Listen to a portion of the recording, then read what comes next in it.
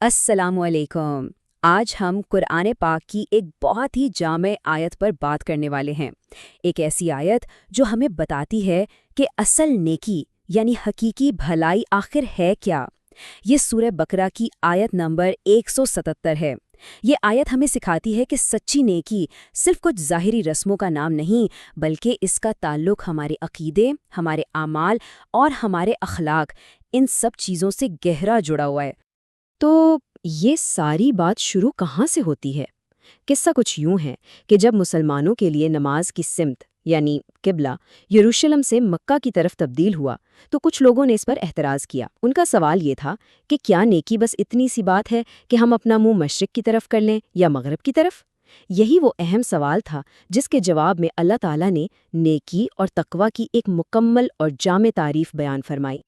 اس گہرے موضوع کو اچھی طرح سمجھنے کے لیے ہم اپنی گفتگو کو 4 حصوں میں دیکھیں گے۔ سب سے پہلے ہم اس تاریخی سوال کو جانیں گے جس کے جواب میں یہ آیت نازل ہوئی۔ پھر ہم دیکھیں گے کہ نیکی کی اصل حقیقت کیا ہے۔ اس کے بعد ہم اس کے عملی پہلوؤں پر نظر ڈالیں گے اور آخر میں ہم یہ سمجھنے کی کوشش کریں گے کہ یہ تعلیمات آج ہماری زندگی میں کیسے کام آ سکتی ہیں۔ چلیں، سب سے پہلے اس ماحول اور پس منظر کو سمجھتے ہیں جس میں یہ آیت نازل ہوئی۔ جب ہم یہ جان لیں گے کہ یہ بات کس موقع پر کہی گئی تو ہمیں اس کے پیغام کی گہرائی بھی بہتر طور پر سمجھ آئے گی۔ جیسا کہ ہم نے بات کی، سارا معاملہ قبلے کی تبدیلی کا تھا۔ یہ بظاہر تو ایک عمل تھا، لیکن اس نے ایک بہت بنیادی سوال کھڑا کر دیا: کیا اللہ کی بندگی صرف ظاہری رسم و رواج تک محدود ہے، یا اس کا اصل تعلق ہمارے دل، ہماری نیت اور ہمارے کاموں سے ہے؟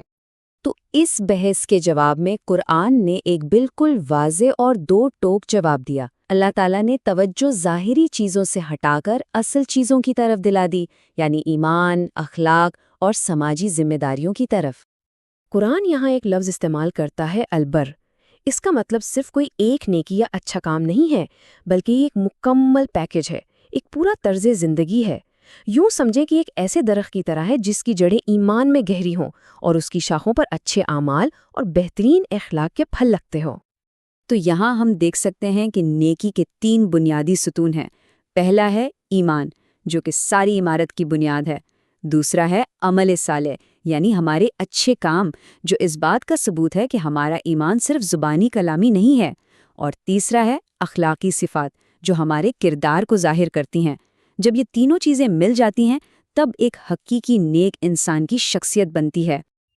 اچھا، تو اب ذرا تفصیل میں جاتے ہیں اور دیکھتے ہیں کہ نیکی کے عملی پہلو کیا ہیں۔ قرآن کس طرح ہمیں اپنے ایمان کو روزمرہ کے کاموں میں ڈھالنے کا کہتا ہے۔ دیکھیں، نیکی کی شروعات ہوتی ہے پختہ یقین سے۔ اللہ پر یقین، آخرت کے دن پر، فرشتوں پر، اللہ کی کتابوں پر اور اس کے تمام نبیوں پر۔ یہی وہ بنیادی عقائد ہیں جو ایک مسلمان کی سوچ اور اس کے ہر عمل کی سمت طے کرتے ہیں۔ قرآن ہمیں بتاتا ہے کہ سچا ایمان صرف دل میں رکھنے کی چیز نہیں، اسے عمل سے ثابت کرنا پڑتا ہے۔ اور اس کا ایک بڑا ثبوت ہے اللہ کی محبت میں اپنا مال خرچ کرنا۔ اور کن پر؟ رشتہ داروں پر، یتیموں پر، ضرورت مندوں پر، مسافروں پر اور غلاموں یا قیدیوں کو آزاد کرانے پر۔ یہ سماجی ذمہ داری اور ہمدردی کا ایک مکمل نظام ہے۔ صرف مالی مدد ہی نہیں، بلکہ نیکی کا تقاضا یہ بھی ہے کہ ہم نماز قائم کریں، زکوٰۃ دیں، اپنے وعدوں کے پکے ہوں اور جب بھی کوئی مشکل آئے تو صبر کا دامن نہ چھوڑیں۔ یہ چیزیں ہمارے کردار کو مضبوط بناتی ہیں اور ہمیں اللہ کے قریب کرتی ہیں۔ تو اب سب سے اہم سوال یہ ہے کہ یہ 1400 سال پرانی تعلیمات آج کی اس تیز رفتار اور جدید دنیا میں ہمارے کس کام آ سکتی ہیں؟ یہ سلائیڈ بہت خوبصورتی سے دکھاتی ہے کہ یہ آیت کس طرح ہماری انفرادی اور اجتماعی دونوں زندگیوں کے لیے ایک مکمل روڈ میپ ہے۔ ایک طرف سچائی، وعدے کی پاسداری، صبر اور عبادت ہماری اپنی ذات کو سنوارتی ہیں، تو دوسری طرف سماجی انصاف، دوسروں کی مدد اور ہمدردی ایک بہترین معاشرے کی بنیاد ڈالتی ہیں۔ تو خلاصہ کلام یہ ہے کہ اصل نیکی صرف عبادت گاہوں تک محدود نہیں ہے، بلکہ یہ ایمان، عبادت، اچھے اخلاق اور سماجی خدمت، ان سب کا ایک خوبصورت امتزاج ہے۔ ایک سچا مسلمان دراصل وہی ہے جو اللہ سے اپنی محبت کا ثبوت انسانوں کی خدمت کر کے دیتا ہے۔ آخر میں یہ آیت ہم سب کو ایک لمحے کے لیے رک کر خود سے یہ سوال پوچھنے پر مجبور کرتی ہے، کیا ہماری عبادتیں ہمیں ایک بہتر انسان بنا رہی ہیں؟ کیا ہمارا کردار، ہماری سچائی، ہمارا وعدہ ہمارے ایمانی دعوے سے میل کھاتا ہے؟ کیونکہ یاد رکھیں، حقیقی نیکی کا پیمانہ صرف عبادت نہیں بلکہ ہمارا کردار بھی ہے۔